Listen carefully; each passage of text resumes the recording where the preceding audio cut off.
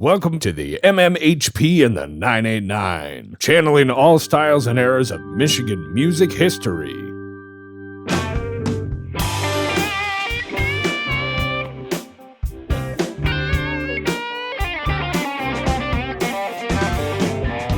Hello, Michigan music lovers. This is Scott Baker. I want to welcome you to the Michigan Music History Podcast. I am flanked by Michigan music royalty. To the left, Dr. J. To the right, Sir Fred. We cut from just around the block of the Michigan Rock Legends Hall of Fame in Bay City, Michigan, here at Studio 163 in Essexville. And now it's time to grab a favorite beverage, hit the cruise, and take a trip back with us through Michigan's rich music history. This podcast is sponsored by our friends at Electric Kitsch, located at 2106 Kosciuszko Avenue in Bay City, Michigan. And now, here's your host, Scott Baker. And here we are back in the middle of a cold winter of January. I don't know when this is coming out, but I can tell you right now, it is one of the coldest days of one of the coldest weeks we've had in a long time. How are you doing, Dr. J? You're in the house? Yes, indeed. Trying to stay warm. Oh, Sir Fred, how's it going? Going good. Oh, man. We got super special guest, one of the rarest records, most collectible albums, and the man is out of Bay City, and he's still alive to tell the story. And it's still making money. Mr. Timmothy Ward, with two M's, they say. How you doing, Tim? Well, pretty good. Good. We brought in a couple of our friends tonight. Of course, Mr. Mike Beatty's here videotaping, and he's going to definitely ask some questions in between. And we got Jordan from the Electric Kitsch, our sponsor here. He's going to be here. He took care of some of the CDs for Tim, because Tim didn't even have a copy of it on CD himself. So thank you, Jordan, for doing that, by the way. Thanks for having me. Dr. J, anything new? Well, the project's nearing completion. We had to push back the opening until March. We had a major snag with the projector for the video component. Got tied up in the supply chain issues that's affecting everybody in the United States and around the world. We did get a replacement projector in a couple days ago. We haven't tested out how the video is going to look in there, but we didn't want to open until we had the video component is all set to go. My son and I put together a 76-minute time capsule video of the 60s and 70s to a Motown soundtrack that I think is going to blow your mind when you see it. That's cool. It was actually taken from a couple videotapes that I've had around for years. We changed it to the digital domain and put it up on Vimeo, and I think it's ready to go. It's just a matter of getting things set up in the gallery and making sure that everything works well. But most of the materials are up on the wall, and still got a few things to do, but it's looking pretty good. So Brennan work out of New York or New Jersey? New Jersey, where he's at? Yeah, and we've got an interactive tribute to the Twilight Zone that we put together also. This one is one of the things that will change periodically, trying to highlight kind of strange Michigan rock and roll stories. The first one's going to deal with the mysterious death of Del Shannon. So we get to do some digging there. Yeah, I like this. I like how this is operating so far. Well, that's good. March. You're thinking March. I'm going to do a presentation on March 12th on second Saturday on the Frankie Lyman tombstone. I've got, I think we mentioned a book that's coming out. It's called Frankie Lyman's Tombstone Blues. And that it's just a fascinating story. And just like the tombstone, it's something I just kind of fell into by accident, story that's never been told before, which kind of rare in the rock and roll realm, especially with somebody's in the Rock and Roll Hall of Fame like Frankie Lyman. So anyways, we got a lot of things going, and March is probably going to be a pretty exciting month. Oh, excellent. You got a lot in the works, Fred, eh? I hear you said something about, was it Sonny Stitt? You doing a... Yep, March 22nd at noon, I'm doing a lecture PowerPoint presentation on Sonny Stitt. Where at? Castle Museum. Saginaw? Yeah. Wonderful. I was listening to some Sonny after you said that. I haven't heard him in a while, and holy crap, man. Some fine jazz, man. I'm trying to find lots of photographs that I have that I've collected throughout the years that haven't been seen yet. Oh, wow. So you're looking for photos. So anybody tuning into this podcast, I have tons of them. But yeah. Okay. You're going through your own archives then. Well, I have actually Sonny Stitt's personal photographs. Really? Wow. It's a long story. That's cool, man. But they came in a little bag, and it's a long story. Yeah. My ex-wife and blah, blah, blah. Well, when it comes time for the Sonny Stitt episode coming up here, we're going to have to do some talking. Yes, we need you to tell that story, Fred. Yeah. That's a nice little... huge canon, man. That's something huge for our area. That's awesome. Yeah, I've been working on my book a lot lately since I don't have a car. I've been finding out new groups that I go, oh, shoot, now I got to add that one. Like today, I forgot about, and I remember the band called Wax Radish. My friend Mike Faubert was in it, but he lives in Nashville now, and I don't know how to get a hold of him. And Chris Correll, who later played with Michael Jackson from Saginaw, he was in it. So it must have been, just those two guys makes it interesting enough. Oh. And you said... Well, Chris went with Question Mark, too. Okay. In his later bands. After Bobby. Oh. I don't think that book's going to get done anytime soon. No, this year. It's got to come out this year. Wow. And then you were telling us on the private about Meatloaf being a part of your book, and we sadly lost him over the past week here. Well, it was weird. The day before he passed away, or that I read about it, I was just finishing up the chapter on the Popcorn Blizzard. Well, on Pete and Susie Woodman, actually. And then the next morning I wake up and on Facebook, the first thing I see that he passed. So I got to go back in now and put, he died. Ironically, too, we were going to be joined tonight, Tim, by your old bass player buddy who goes all the way back with you, Mr. Lane Valere, who is going to hopefully come on a future episode. He said, he's got so many ties to our area, he'd fit in somewhere. Unfortunately, he couldn't make it because we've already delayed this podcast. But he did tell me, sorry he couldn't make it. He has a previous appointment. Too bad to hear about my old buddy Meatloaf from high school band I played with before Timm. I opened for them in the Popcorn Blizzard with Pete Woodman, and Meatloaf was in a bar in a corner in State Park Drive and Beaver Road that's no longer there, out by Putt Golf and all that. And he says he used to spend some time with Meatloaf before he hopped along with you, Tim. So that was pretty crazy little story he added to the whole mix there. Yeah, he's got some very interesting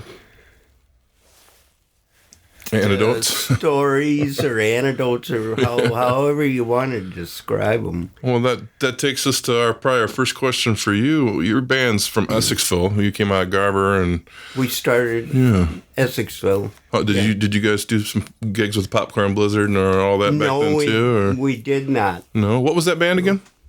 The Ides of March. The Ides of March, and we've mentioned that in previous podcasts. When did that form, Tim? Do you know the year? Do you remember? Oh, jeez. I got here 65. 65 generally sounds correct. Were you going to Garber at that time? We were going to Garber. All of us were going to Garber. Yeah, because that was, I think Garber opened the 64-65 school year. So it would have been the fall of 64 that it started, until June of 65. Well, that was the first year. Yes. And then, went on from there. So what grade were you in? Ninth. Or so you started right in the ninth grade? Right in the ninth grade. All right. You would have typically went to Bay City Central before. Typically, I would have gone to Bay City Central, where most of the people I knew did go. It depends on who picked them up or whatever. Yeah, and a lot of times it depended on how far along at Central you were. Mm-hmm. I know my wife's best friend, that would have been her senior year. She lived in Essexville. Mignon Weber was her name back then. Mm-hmm. Lived on, actually lived on Hart Street, the same street I live on in Essexville. But yeah, you're not going to go to Garber in your senior year, No. at Central. So you were a guitar player. Did you take lessons at that time? Were you taking lessons? I took probably, if we want to count them, I probably took about 35 or 40 lessons, just how to read notes on guitar. And so did you take it at a music store or from another guitar player? no, it was another guitar player, and he was a teacher, guitar teacher. Mm-hmm. So that's what I did. Now all the band members, I knew Scott Ebright. Oh, you did? Well, actually, he was the little brother. He's got two twin brothers that are my age, Don and Ron. Mm-hmm. And at that time that I knew Scott is when they lived in Bay City on Park Avenue. No, I never knew him then. Yeah, see, then they moved. I'm not sure what year it was. Well, it would have been probably 60, must have been 64, 63 or 64. That sounds about They right. moved to Essexville on Pine Street. Yes. And, then we kind of, wasn't quite as convenient to hang around with Don and Ron as it was, when they were just a block away. We It was spent very a lot of time. convenient for us to go over to his house and practice. Sure, sure.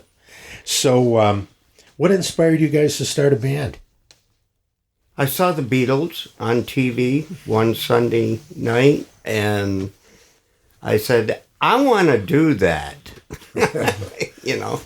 And I went out and I got some buddies from high school, and we went up to one of my guitarist's bedrooms and started playing. He had an amp, he had electric guitar. We all needed electric guitars and we needed amps. And of course that cost a lot of money, especially back in those days. Yeah. They're cheap junk nowadays, but back then they were very valuable. And we stuck to it. And then it blossomed from this person to the next person to the next person. Members of the band and their skills at playing guitar. Sure. And do you remember your first gig? Did you play like a party or a school dance or something like that? We played a school dance at Garber, obviously. Uh-huh. And the kids seemed to like us. And we went on from there, and then, of course, you play another gig, and then you play another one, and then you play at a different school, and they like you too, and that word spreads. Now, how did you get your gigs? Did you have a manager or? No, I always wanted a manager. Then later on, I had my brother join me in the band. That would have been at the Blues Company, though, right? No. That was still Ides of March. That's the Ides of March. Oh, yeah. He was the singer, right? He was the singer. That was his label. Okay. Wasn't all that good a singer, but Which between brother? Scotty, What's his name? Robert. Robert. Or Bob. I met Bob with you the day I met you, a few weeks back, a month ago. That's right. He Bob was at there. my house. Yeah. Yeah, That's he what I comes thought. over all the time, and we reminisce and go through all this junk. Go ahead and keep telling your story though. I wanted to make sure that was Bob though. Yeah, it was Bob. Okay. And it just blossomed after that, and then the Blues Company. And that's when we had our record, our 45s. Now, we did 45s as the Ides of March. Yeah, I wanted to ask you about that. Till we got a letter from Chicago Oh, okay. that said, hey, the Ides of March, that name is used. We already own that name. So we said, well, what are we going to do? And at that time, and then it explodes even more because my brother went to Michigan State. He graduated from high school and went to Michigan State. So I lost Bob. And he's the one that managed us at that time, too. Okay. And he was a good booking agent. All right. He always has been and probably always will be. So he was a little older than you guys. Did he drive 1 year older than me. Oh, okay. But you're right. He had a driver's license, and I didn't. So he's the one that carted us all over the thumb, and we played every little city in the thumb, over and over again. And it was a pretty cool situation, let's put it that way. Well, Scott Ebright put up a single that you guys put out. It was, I'm trying to think, I wrote it down here so I didn't forget it.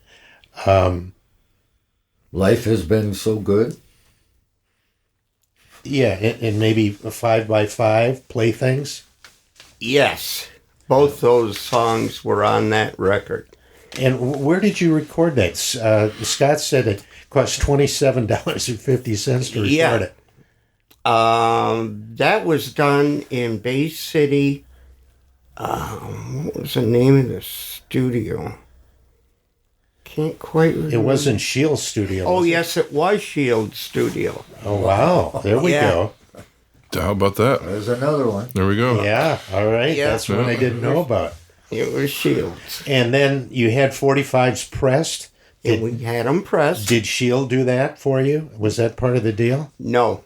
I don't know where we had them pressed. Well, obviously at Wasso. Okay. Because that's where everybody had their 45s pressed. Yeah, American record pressing. Yep. Okay, well, that was really cool. Now, Scott said you guys entered in the Battle of the Bands also at Rollaire, right? Yes, at Rollaire Rink, and we won it. And that kind of boosted the Ides of March, let's put it that way. So with then that, we started getting a lot of gigs. that would have been the summer of '67, I'm guessing. Oh God, it's got to be, right in that era. Because I know the Intruders won in '66. And then who's the other band that won one of them? Well, the Del Reys won the first one. That sounds Then familiar. the Motor City Bonnevilles won in '65 when Question Mark and the Mysterians were in the final. Okay. So it had to be '67 for you guys. Yeah. I would say 67. And then Bob leaves the band, goes to Michigan State. Goes to Michigan State. But he booked me. I was going to say, well, then he booked the band I was in, but he didn't. He was booking me personally. And that went on for quite some time. And Was that still under the Ides of March at the time? at the very beginning, it was still the Ides of March. And was that win at the Battle of the Bands what put you on the map in Chicago? For them to write you and say, hey, cease and desist? I think that's what did it. Really? I think that's what did it. Yeah. Mm-hmm. Is they said, wait a minute, man. We're losing, or I think they were under Columbia at that time, the label. And I think they said, wait a minute. Now these guys got a record out and it's doing not too bad. So what are we supposed to do? Just sit on our hands? Of course, they had a major hit and a very good song, by the way, too, with the horns and all that stuff. But their first charting hits, that was way before Vehicle. They Oh, yeah. Yeah, they had a couple top 100 hits back in 1966. Yes, they did. Yeah, it wasn't a vehicle was a major. Yeah, that was really big. But that was early 70s. That's sometime. big time right Yeah, really. there. Because I remember that was after Chicago hit, and the vehicle kind of sounded like Chicago. Mm-hmm. You know, that had that horn band sound. And Yeah. it was a big, big hit for him. So then you formed Blues Company after Ides of March kind of After falls the apart? Ides of March falls. Yeah, well, because Bob left and I was introduced to a drummer called Hamilton Roth, who I thought was just, holy shit, man. Listen to this guy. You know, and a bass player. And Tom Jurek was his name.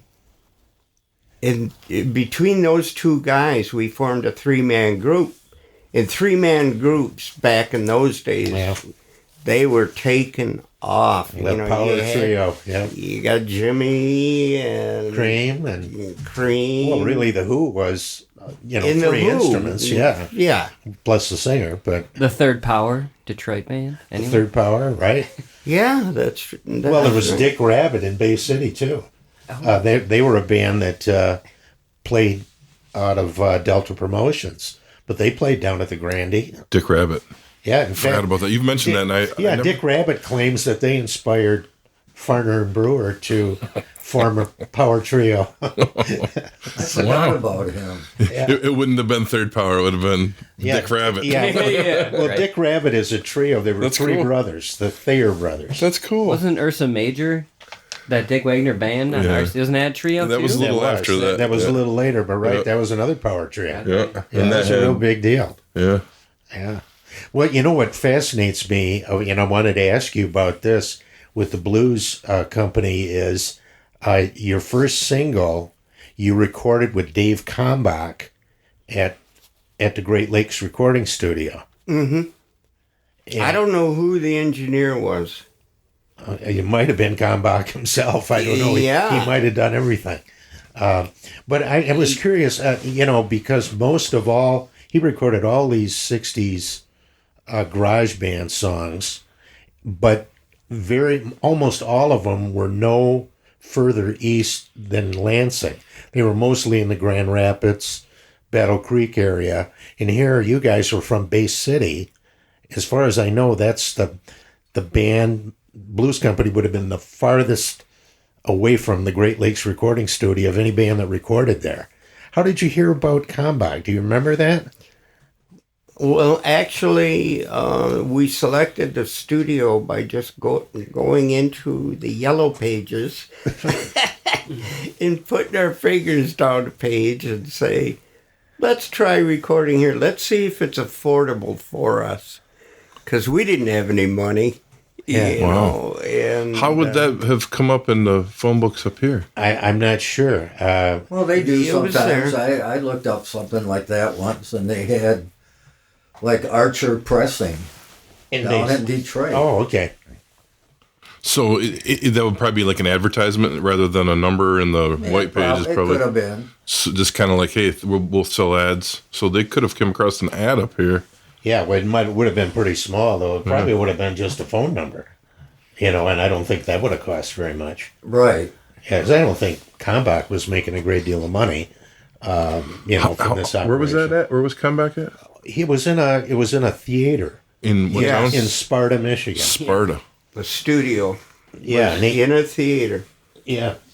It was the coolest studio I think I've ever played in. Let's put it that way.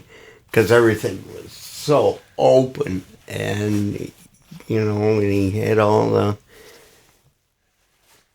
the sound defeats, going out there. And I don't know who the engineer was, but he was an excellent engineer. And he also... he put on one of our records, our later records, the swoosh sound, where it sounds like it's going. Flange. A flange. Yeah. Exactly. Yeah. That's what he put on there, a flange. But he had to do it by taking 2 tape machines, running them together, and then I don't know how he did it. But we heard that sound and we said, put it on it. Yeah, I'm sure that was Kalmbach, because he was also he was big on double tracking vocals. Oh, yeah. Too on his records. Yeah, pretty fascinating guy, you know. You listen to our first, She's Gone, I think, was the name of the first one we did. Not the one that actually sold. The other one was Experiment in Color. Experiment in Color, which was about my drummer's sister, who was black, and she married a white guy. Okay. That's the Experiment in Color. All right, because, you know, I don't know if you've ever seen this collection called Scream Loud, The Fenton Story. It was a collection, a 2 CD collection of 61 songs that Kalmbach recorded. And it's got your first single with the Blues Company, both sides. She's Gone and Experiment in Color. And the guy that wrote the liner notes, he thought that Experiment in Color was a drug lyric. Yes, that's what everybody said. In fact, when they started playing it on the radio, and they did, believe me, I know we're just a little shit band, but it got airplay. And that's what everybody thought. Experiment in Color. Well, color, you know, Yeah, sure. LSD Right, and drug all trip. that crap. Yeah, wow. Now, you know, again, shortly thereafter, I found an article in the Bay City Times about your band. I don't know if you remember that one. It came out in September. Ooh, which one was it? Well, it was 1968, and it was called Local Band Going Big Time. Yeah. And it quoted your brother, and it quoted you. Really? Kind of described, your brother described your music as a cross between the message songs of the Beatles and the playing or the instrumentation of Cream. That sounds like Bob. Yeah, pretty heady praise there. Yeah. Yeah, that sounds like Bob. He was always promoting me. Yeah. Well, and it mentioned in the article that you guys did some instrument destruction, bashing the drums and smashing guitars. Now, on that stage. cost me a lot of money. I was going to say, that's very expensive. That was not good. So you guys did that regularly, or is that just once in a while? No, we actually planned on it. This was at Daniel's Den. That was the big spot back in those days. Right. But me and Tom said, my bass player, Tom Jerry, and I don't know what happened to him. We weren't on anything. I mean, LSD was a big deal back then, but we weren't on anything. I took I was right in the middle of a song, and I was playing real hard and all this stuff, and I think I broke a string. Now that pissed me off. You know, you're right in the middle of a song and you break a damn string. You know, and then I just took my guitar right over the railing, because they had a railing right there. They put us in the railing area, not even on stage. And I just took it and slammed it into the gate and broke the damn thing in half. What was the reaction of the crowd? That must have really been something. Oh, to they see. thought that was just cool as hell, man. And look at this guy. What a nut. I would have paid him, you know, $200 for that guitar, and that's what he does with it. Yeah. Boy, that's right out of the movie Blow Up with Jeff Beck. You know, the same thing happened. That was part of the script in the movie. Breaks a string and smashes his guitar. on stage. Which band was that played for that episode? That was the Blues Company. That was the Blues Company, okay. All of our major Well, when you said when Gary said your brother Bob was talking in the story, I'm thinking maybe that was the Ides of March, because I thought maybe he had left at that point. So No, okay, Bob stuck with us and booked us for a couple of years, I think. So how many singles or 45s are out there for Ides of March and Blues Company? Ides of March, there should only be 4. So there's 4 45s floating around out there? You got the numbers on those, Fred? You know which ones are floating around? No, I only have one. Holy cow! I didn't think you released that many that early, I guess. Well, no, that sounds correct to me. Yeah, there's only Just 2 one. songs on YouTube. Yeah, that's right. So one record. one's 45 for Ides of March. 145 for the Ides of March. Blues Company, we had a few. At least 2 45s were out there? Oh, yeah. Well, the article mentioned one that was coming out. Let me see, what was it? It had a strange... Love Machine. Oh, You're Dead, My Friend. Oh, yeah. You're Dead, My Friend, and I'm Coming. Those were the 2 that were mentioned in the Bay City Times article. And I hope you never have to hear them. Okay, You're Dead, My Friend. Such an unusual title. Do you remember what was that that's about? Unusual, all right. But it was those were bad. Those were just damn bad. I think that's when I started thinking, Tim, why don't you just write some songs and go out on your own? This podcast is sponsored by our friends at Electric Kitsch, located at 2106 Kosciuszko Avenue in Bay City, Michigan. They offer new and used records, including local to Michigan original vinyl and CDs, as well as clothing, electronic equipment, funky household items, music gear, and stringed instrument repair. You can find them on the web or call 989-402-1411. Was that when you got the bug to go solo? Yeah, Yeah. it actually was. That's interesting. And are those songs on YouTube, like the merch one? I'm pretty sure You're Gone and Experiment in Color are, and those were both written by Timm. And that's really a good 2-sided single. That's cool. That's something I've never heard. Are really good. Yeah, Wow. Check them out. Well, both of those are on the Scream Loud collection that I was telling you about, of all these songs that Dave Kalmbach produced on his studio. But yeah, those 2 songs are highlights on that album. And there's a lot of really good garage band 45s in that collection. I got to track that collection down. Yeah, it's great. Wow. How did you come up with Blues Company? With the name? Yeah, because you weren't really a blues band. No, we weren't even close to a blues band. But I don't know. I just came up with it. We were just sitting there thinking, we got to come up with a name for this band.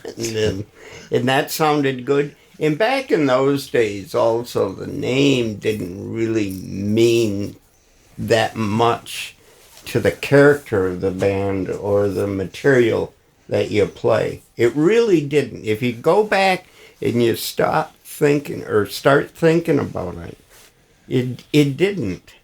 Yeah, I can think of. We remember that band, Blues Image. Mm-hmm. Oh yeah, Ride, Captain Ride. Oh, yeah. You know, wasn't really a blues band, although they may have had some blues numbers, I guess. Right. That's a fantastic album, that debut. Oh my gosh. Yeah, but that was such a great song. I mean, whoa. Yep.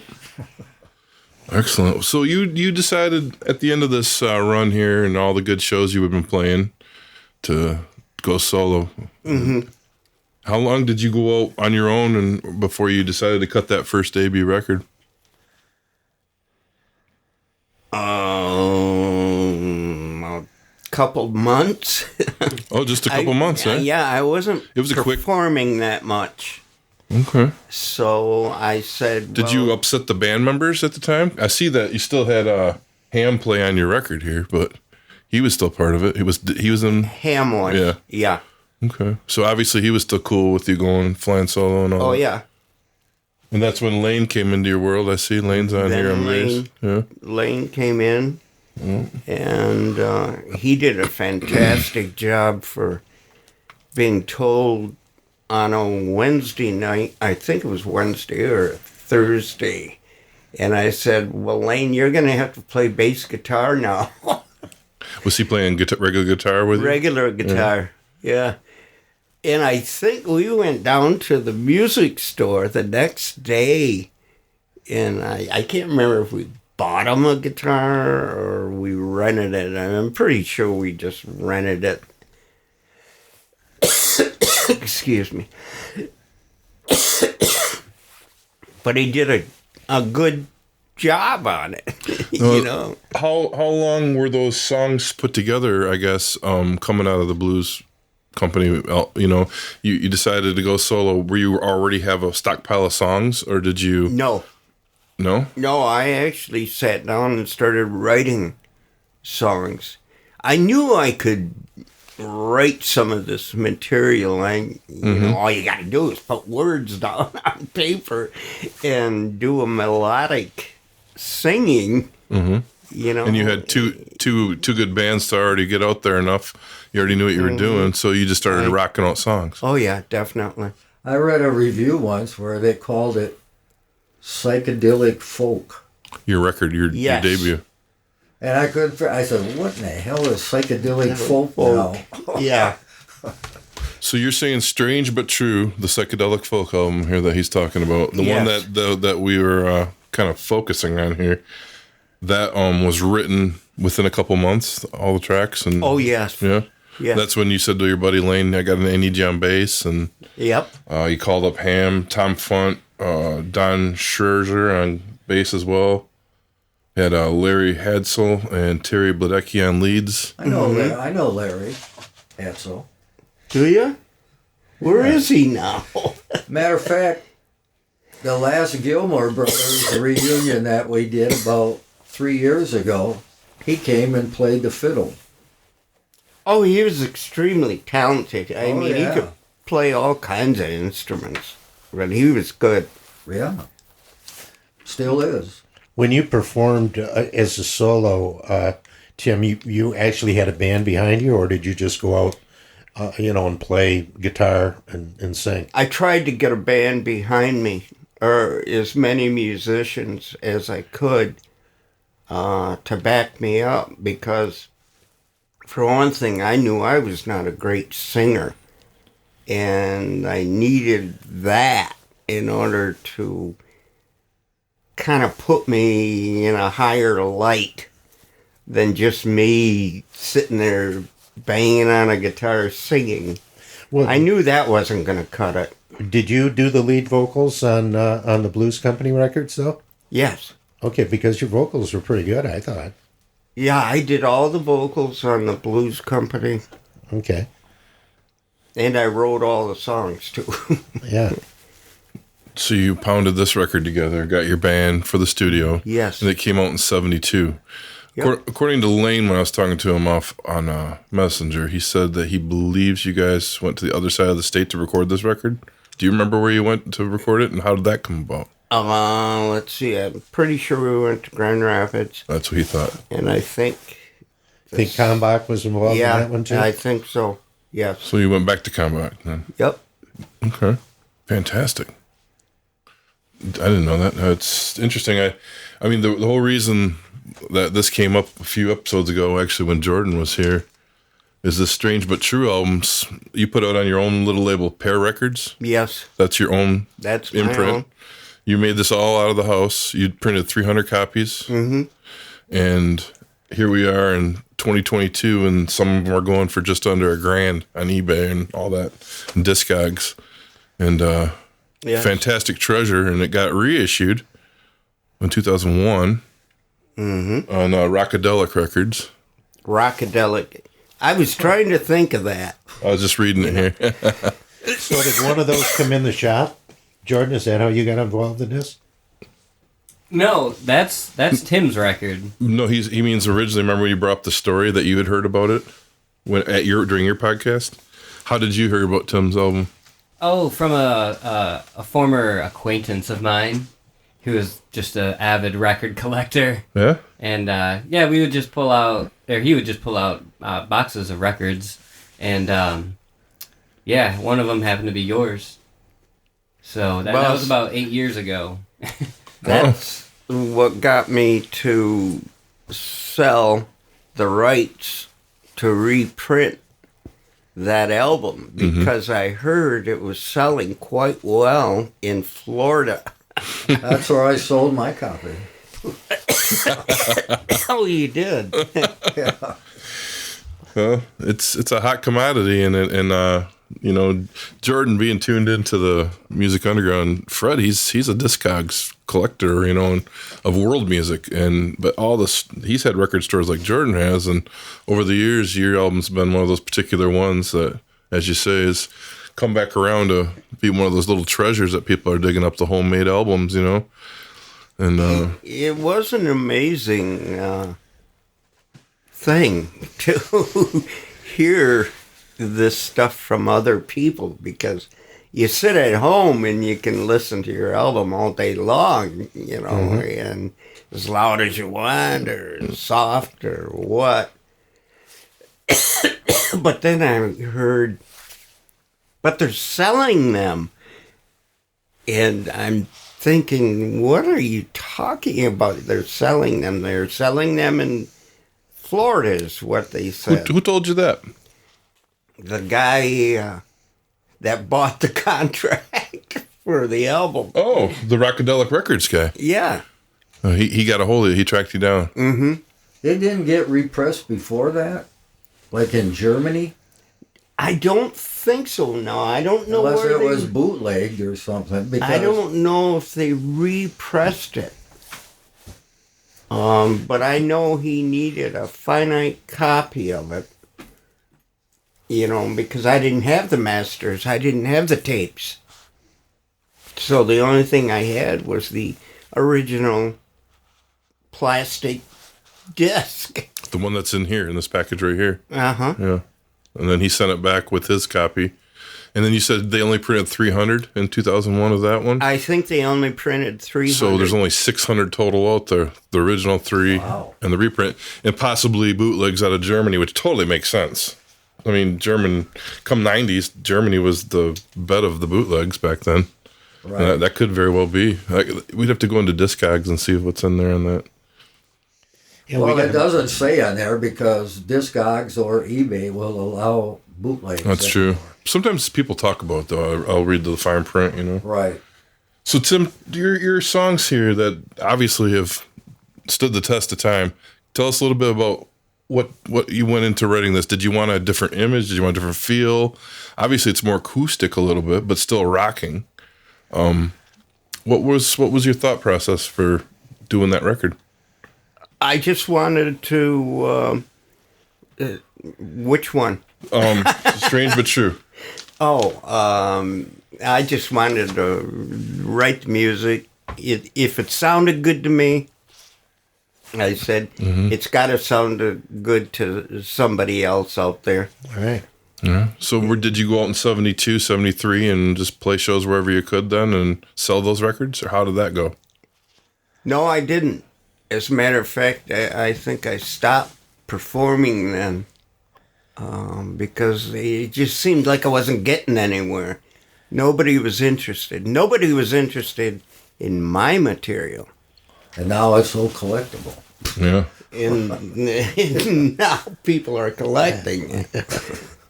Wow. So you quit playing. You just got a job and got out of the scene, eh? Yeah. I was controls engineer to start with, and that's how I ended. Wow. When they fired me. In Bay City? Oh, yeah. Yeah. RWC. Okay. Wow. Yeah, they told me to hit the road. So what happened to the 300 records sitting around? Did you off them at Fred's store, or do you remember what you did to get rid of them? How did they get some put back out for sale? Just put them in record stores for sale and just leave them there? Yes.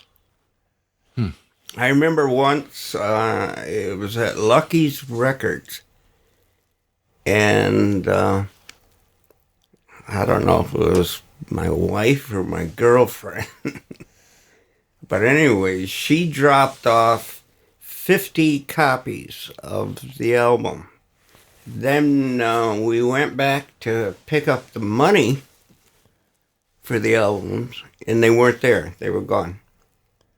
Lucky's was gone, or your records were gone? Or what? Lucky's stock of the album was gone.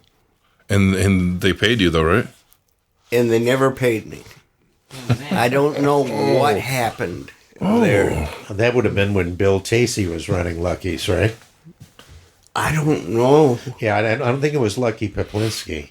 Is this what you're talking in the 70s, right? Or, Yes. Yeah, see, that Tacey owned it by then. Lucky, it's the original owner had sold out. Well, whoever was running the place, they just said, no, we just don't have any copies of that left. It sold out as soon as we got them. And then I said, holy shit, this is a popular album. Wow. But it's crazy. They just had a gentleman's contract with you, and they didn't come through to pay you for what you brought them. No. Damn. They did not. Yeah, you know, this is kind of like a local version of the Sixto Rodriguez True. thing, isn't it? True. You know, Yeah. just like years later, that Unbelievable. yeah. Yeah. Wow. So you worked all those years, and then you came back in the 90s here, and I've got your CDs in front of me. I see you put your own little project studio together in your basement, and you started going to town. Yep. Then I really went on the writing craze. Throughout the 90s into the aughts, yep. I have one of your CDs, Timm Ward. That one? Yeah, that one. Yeah. That's one. I think that was the first one, right? I don't think so, but I think it was one of the best ones. Neither of those? Was that the first one? Was Orbits? Orbits is one of the more newer ones, right? No. Orbit is not. That's an older one? Yep. Is that the first one? Oh, 2007. But that was a reissue, probably, or a reprint. Mm-hmm. Did you record anybody else in your studio? I know Lane was in a band called Dynamo Hum, wasn't he? Or am I mistaken? Oh, but that was Later. real earlier, a lot earlier. Oh, before you had your studio? Okay. Before I even had songs up. Oh, okay. So when you went and did these projects, I know Lane's on some of them because he told me, and you told me that he come over and cut some bass. You even put out one not too long ago, about 12, 13 years ago, with the covers. I think that's the good one. Yeah, You that's said got that- cover songs on it. Yeah, you did cover songs throughout the most, and then some originals too. Mm-hmm. Yep, that's a good record. That's called "Who's Rocking You Now." It sure ain't me. What's some of the songs that Tim covered? All Over Now by the Stones, Be So Nice, John Sebastian, Who's Rocking You Now, which is his own, Coconut by Nielsen. Wow. Yeah, a couple Coconut originals. And came then out real good. you did Shanny by Jonathan Edwards. Yeah. And then the rest were yours, which were like Louisiana and Karen, a couple of the tracks that were on previous CDs. Mm-hmm. The Timm Ward, Midland Street. Was it Midland Street? Yeah. Yeah. Midland Street album, your Orbits album, and I thought this was a really good record. I found a lot of good little diamonds in this one on the Horizontal Rain album. There's really some deep stuff on here. I thought I've given them all a listen. But you were quite productive in the 90s into the aughts. And how did that do? Did you do any shows? Because I don't remember. I started playing out during that period. And, Nope. haven't been doing it, huh? So you've kind of been put yourself out away from the live scene since 71, 72 then? Yeah. Really? Yeah, I have not performed, I don't think, since, 71 or 72. Wow. Well, no, when we were talking about the Ides of March. That's because nobody wants me. Well, you said that, but you're doing what you want to do, and it's selling. It's making some kind of buzz. Or at least the old stuff is. Mm-hmm. When you shared the stage with other bands, what are some of the bands that you enjoyed playing with back then? Whether it was Ides of March or Blues Company or your first solo thing, who was some of your favorites? We did a gig with Bobby Seeger when he was just starting. Who did Respect? Aretha? No, the Rationals. Oh, The Rational. Rationals, yeah. Yeah. And we actually met them. That's because that's the year we won the Battle of the Bands. Okay. And we had to actually share the trailer with them. So, Wow. Yeah, the Rationals were riding pretty high right then in '67. You know, they just had respect, and yeah, that's a band I always thought could have, you know, if the breaks would have been, you know, the right way. You know, they had the great vocalist Scott Morgan. I mean, man. yeah, he I was know good. him well. On Discogs, anyways, they have Timothy, and then they have Timm Ward, and they're not connected. So it might help sell those CDs because Timothy is so collectible. If he added the second M nowadays, which he doesn't, like back in the day, because now it's just Timm. I wonder if he would have added the second M. Yeah. Well, the other one is just Timothy. I don't Yeah. think This one right there's here. no Ward on there, is there? No, it's just Timothy. Yeah. That one, that was the first one, and that will just be Timothy. Right. Strange But True. I thought the Strange But True stood out more than the name, actually. I could care less about the Well, name. it made me look up psychedelic folk. I had to, I go, what in the hell is psychedelic folk? Well, you know, actually, I heard that term did? just recently from Dennis Lauren, the poster artist, when he was describing the music of the Grateful Dead and the Jefferson Airplane. I think maybe earlier on, he described it as, you know, Okay. kind of a psychedelic folk rock. Especially That's those the way he- earlier Dead ones where they were doing the ritzy acoustic stuff. Yeah, well, the Airplane started out as more of an acoustic band. You know, and their first album is really kind of it sounds like folk rock. You know, the Jefferson Airplane Takes Off. That's before Grace joined. That's when they had. Oh gosh, I'm trying to think of the name of the original female lead singer there. She was just on the first album only. She passed away a couple years ago. Yeah. Well, I did on the psychedelic folk, anyways. Neil Young. They were Oh, yeah. describing. That's what a lot of people, they would hear my name in a conversation or whatever. Oh, yeah, he's the guy that imitates. This person said Neil Young. Oh, well, And he sounds kind of like him, too.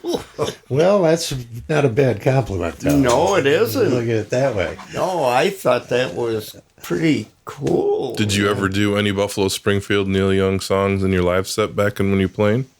Back when I was performing, yeah. Wow. So that would have been sounding pretty darn good. You would have.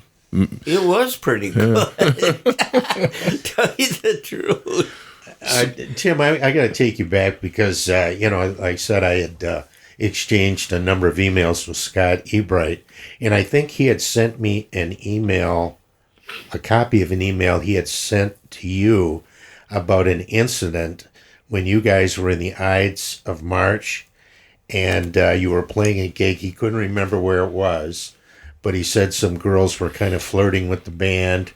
And when you guys were breaking down after the gig, you got I threatened think I by know. some of the locals. Yes. And it was kind of a scary scene. They brought a couple carloads of guys. Yep. And it looked like you guys were about to take an ass whooping there. And and then was it you who pretended to have A seizure. a seizure? Yeah. Can you kind of describe this for us? That was such a great story. It was just so ridiculous. And we always responded to the young men who had the girls out there. And of course the girls they're attracted to the band members. So these girls came out to see us after the show. And their guys were all out there, and they're all like in their tufts. We're gonna get you guys, you know. And we were so used to it that I said, I've just about had it with you people. You know, I don't know why you would come after us. Why? I mean, we're the wimps of the world. We're the band, for God's sakes. But they did. And then all of a sudden, my eyes, I started opening and closing my eyes. And then I think I fell back or whatever, and then I started to quiver and all this. Scared the bejesus out of these guys. But they deserved it. Yeah, Leave us alone. We're not trying to hurt you or anything. Just because you're girls like us, they're attracted to the band, and... Yeah, Scott said, he told the guys, if he dies, you guys are going to be charged with murder. Yeah, I think he did. And then, of course, they all peeled out, freaking out. Yeah. It was just such a great story. They disbanded. But it's a true story, yeah. And I'm sure, that's probably happened to a lot of bands, where you end up afterward, back in those days. And then we worried about it. Somebody wants to fight you, because their girlfriend was looking at somebody in the band or whatever it was. Yeah, that's all it took. Yeah. That's all it took is one chick to say, I like that guy. And then turn to her boyfriend and say, I like that guy. Well, we're going to beat the shit out of him when the show is over. Oh, leave me alone, for God. Well, at least nobody was packing a gun back in those days. No. Jeez. No, we didn't ever have to deal with any of that shit. Yeah, that's... But the fighting thing... Yeah, the fighting was kind of a big deal back in those days. Yeah, it was. Funny, actually. I wanted to ask you, too, before we fly out, and I want to get Jordan's impression on this as well. We were talking about the Rockadelic Records reprint, the 300 that they did of Strange But True. When they tracked you down, was it out of the blue, or how did that come about? Tell us a little bit about it. It was out of the blue. Out of the blue. Just they got your number and... Guy had my number. I think he bought one of the albums in Florida. Wow. And he said, yeah, this is a hot seller down here, man. And I could sell 300 of those within a week. And to tell you the truth, I think he did. Wow. Yeah. And I remember he told me, go on. Let's see, what did he tell me? What was the thing he told me to do? And he said, you'll see how much money it is, but I think it's more expensive than a Beatles album. Wow. And I'm thinking, you gotta be kidding me. So I looked it up, and it was like... This had to be later after the print, though, because 2001 was just the start of the internet there. I mean, it was just firing in pretty good. This is later. This is a lot later. Yeah. And, he was right. And you sent him down your only copy of the record, and that was a direct from vinyl pressing then. Yes, printing. It was. What did you think of the sounds on the comparable sounds? Was it better or worse, or do you have any opinion? Jordan was our master on this, being he got to hear them both back to back at the store. Yeah, so I was able to transfer them just direct to CD. I didn't do any EQ, did nothing, just cleaned them and transferred them. But yeah, there were slight discrepancies in the transfer, and I mean, if you're asking me to be picky, I can kind of do that. Yeah. I really enjoyed the original pressing more than the Rockadelic, even though the copy, I mean, it's not the cleanest copy, but that's fine. I don't mind. The original's not the cleanest. The original's not the cleanest. Yeah. But the dynamics were wild sounding to me on the original, especially in the low end. I don't know, it seemed to have a ton of depth, and where the newer pressing seemed to have a lot of distortions in sibilants, high S's, but the original didn't, which was strange, so I don't know why that would have And that would have probably been to DAT at the time, digital audio tape, which might have stretched it. I mean, because that was when DAT was run. I was working at Wagner's, and Pro Tools was just out like that year around then, you know. Or it was, you know, a few years before that. Some people had it, but I highly doubt he would have digitized it. He would have, or not digitized it, but Pro Tools, that he more than likely had something that squonked it a little bit. Yeah, it's definitely a different sound. But it was a lot cleaner of a record for the pressing, obviously. For the CD digitaling, making digital copies of. Well, but you know what? I think what they did is they tried to clean it up, because if that's the exact record, Tim, that's the exact record that Rockadelic used, is the one that I transferred, the same one. The one you have here? Or do you think you may have been a different one? Because to me, you would have heard the audio pops and the dirtiness of that record. Yeah, and you don't on the Rockadelic. I don't know. Oh, but this was the mock-up, right? This what you gave me here. This is the mock-up of the cover and everything for him that you put together. Yes. Yeah. You know, the one I sold to a guy in Florida about 2010. It was a sealed copy. Wow. So, you know, he could have... Well, the original ones were. Right, I know. But, I mean, if just so happened the guy that I sold it to was the guy that... Well, actually, 2010. And that came out 2001, so... Never mind. The guy's still down there buying them, eh, Fred? Yeah. Oh, wow. No, that's outstanding. Well, hey, Tim, thank you. We'll have some more, hopefully, more music from you, because you've got some archives that you've been talking to me about, and maybe get you out playing a few songs this year, huh? You asked me about that. I'm curious. Yeah. I'll perform. That's great. As long as I get some backing from some people. Yeah. You know. Well, that's great. Well, we have kind of a, you know, you got an excellent guitarist and percussionist right here. Yeah. Maybe we could work something out here. Yeah. We might have to get out and I'd be willing to get involved in anything like that. do this record top to bottom here, eh? Yeah, I don't know. Is that what you would say, Jordan, if you had your... He loves this record. I love the record. Or front to back, yeah. Front to back. Yeah. Is Lane still playing at all? I don't think so. No. I don't think so, yeah. I was going to say you had a bass player right there. So. Yeah. Lane said he joined you 2009, 2010 for the last sessions he played on. Yes. And he says he's been strumming his guitar since then, so I know he played some guitar too, so... Yeah, he's a pretty good guitarist. Okay. Well, thank you, Tim Ward, Timothy with 2 M's, and thank you for your history, and thank you for coming on our show. Thank you. I'll tell you what, man, to have that kind of musical depth and wonderment, and it's right here in our own area in Michigan, mid-Michigan here in Bay City. Mm-hmm.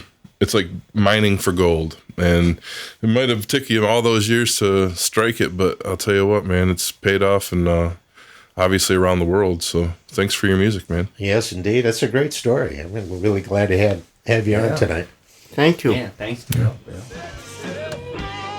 The MMHP is hosted on Apple, Spotify, YouTube, and our own Libsyn podcast site. You can also search MMHP 989 on Facebook for up-to-the-minute information, as well as both Dr. J and Sir Fred's album picks of the week, posted every weekend. You can connect with Scott on the web at scottbakermusic.com, Dr. J at michiganrockandrolllegends.com, Sir Fred at fredrife.com, and the Electric Kitch at electrickitch.com. This podcast wouldn't be here without special help from Studio 163's Alan Garcia, our podcast videographer and wingman, Mr. Mike Beatty, MMHP tagline specialist, Mr. Eddie Switek, and of course, Gary Johnson, Fred Rife, the Electric Kitch, and all of our special guests, and especially you listeners. We want to thank you. You've been listening to the MMHP and the 989. From all of us at the podcast, we want to thank you for tuning in. When I had Black Tail Records, I think you brought in a box of those to my store. Or somebody did. Where was your store?